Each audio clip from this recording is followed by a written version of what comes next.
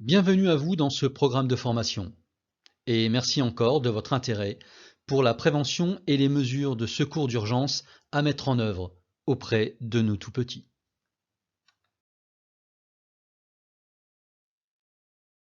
L'objectif du module prévention des risques domestiques est d'identifier les principaux risques vitaux auxquels peuvent être exposés un nourrisson et un jeune enfant, mais également de connaître les mesures de prévention vis-à-vis de ces risques. Étudions ensemble, si vous le voulez bien, l'un des risques domestiques pouvant causer la mort d'une jeune victime. Il s'agit de l'accident électrique. La situation est simple. Le courant électrique qui équipe nos intérieurs peut avoir deux conséquences graves lorsqu'il traverse un organisme vivant.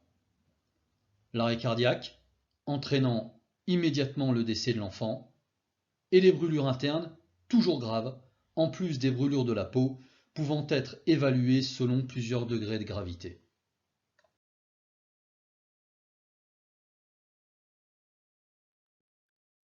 La rallonge électrique représente un danger, comme n'importe quel câble électrique, d'autant plus si celui-ci est en mauvais état. Débranchez toujours les rallonges et autres câbles électriques lorsqu'ils ne servent plus. Veillez lors de l'utilisation à ce qu'ils soient inaccessibles aux enfants, car si l'enfant porte le câble électrique à la bouche, les conséquences peuvent être graves.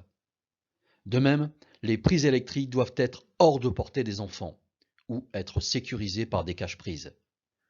Rappelez-vous que l'eau et l'électricité, lorsqu'ils sont en contact, peuvent représenter un risque, notamment en cas d'utilisation d'appareillages électriques. Ces appareillages électriques doivent donc être toujours débranchés après leur utilisation.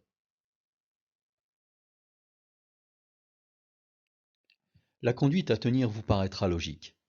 N'utilisez jamais d'appareillage électrique défectueux. Vérifiez que les installations soient aux normes. Posez-vous toujours la question suivante.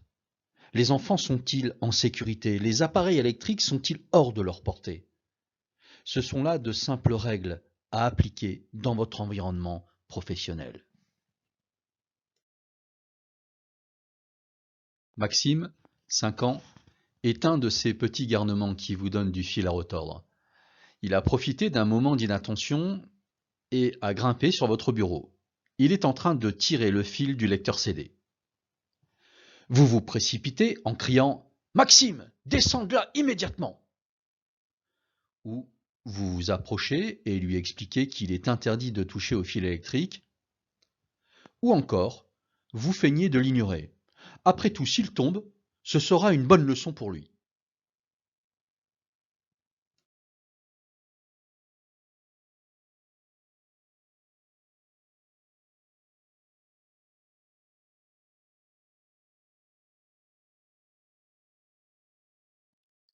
Quelle est votre réponse?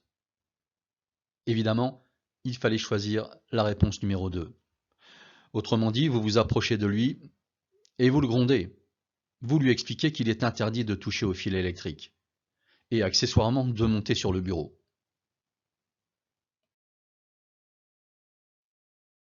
Et si à présent, nous parlions de la petite Juliette?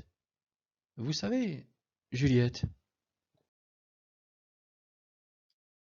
Notre petite Juliette a agrippé le câble du chargeur de téléphone de votre collègue Sylvie, car celle-ci a oublié de le ranger après son utilisation. Et la petite Juliette est en train de jouer avec le fil électrique. Vous coupez immédiatement le compteur électrique et vous vous dites « Ouf, on a évité le pire ». Ou alors vous débranchez le câble du chargeur, tout simplement. Ou encore vous expliquez à Juliette qu'elle ne doit pas toucher au fil électrique.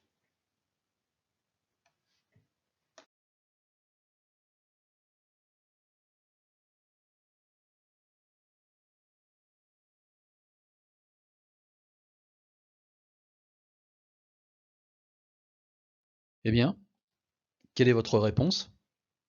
Vous débranchez évidemment le câble du chargeur et vous expliquez à Juliette qu'elle ne doit pas toucher au fil électrique. Parlez-en également à Sylvie. Cette photographie a été prise dans une crèche. Il ne s'agit pas d'un montage pour les besoins de notre scénario. En termes de prévention, que pourriez-vous en dire?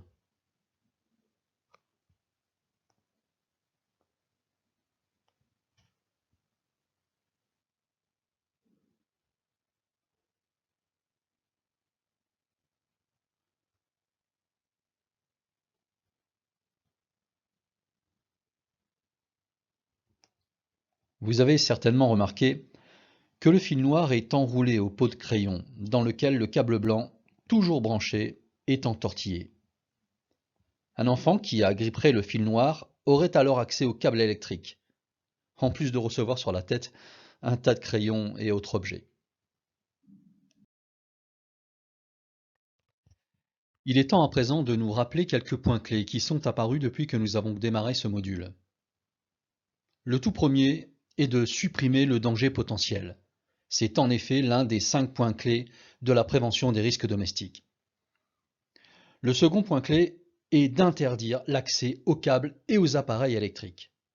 Mais cela ne dispense pas d'assurer une surveillance active auprès des enfants.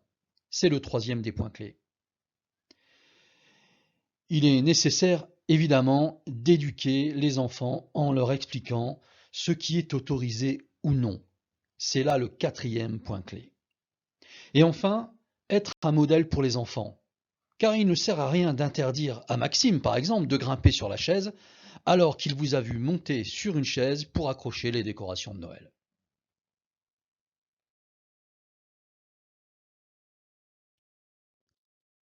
Je vous propose un dernier test pour terminer ce module Prévention des risques domestiques.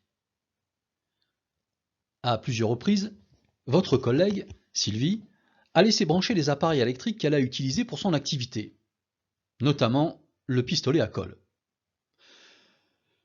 Vous vous dites que vous en avez assez et vous dénoncez son comportement auprès de votre chef de service. Ou alors, vous prenez votre collègue entre quatre yeux et vous lui rappelez les règles de sécurité élémentaires en présence des enfants. Ou encore, ce n'est pas votre problème, qu'elle se débrouille.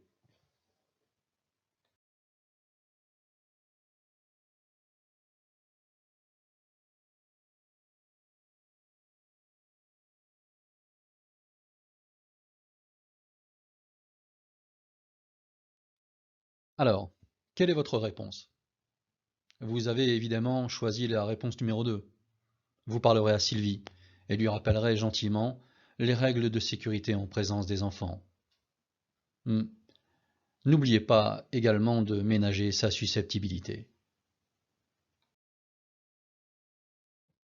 Effectuons ensemble, si vous le voulez bien, un dernier contrôle des points clés afin d'éviter les accidents électriques.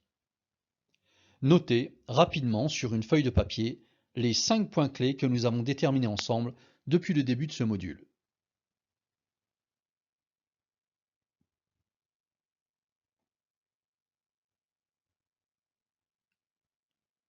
Le tout premier des points clés est de supprimer le danger potentiel.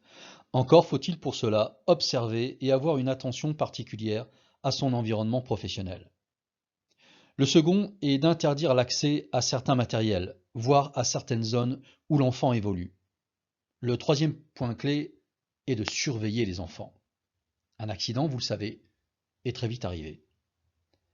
Le quatrième point clé passe par l'éducation des enfants. Il faut leur parler, leur expliquer leur environnement. Et enfin, le cinquième point clé est d'être un modèle pour les enfants.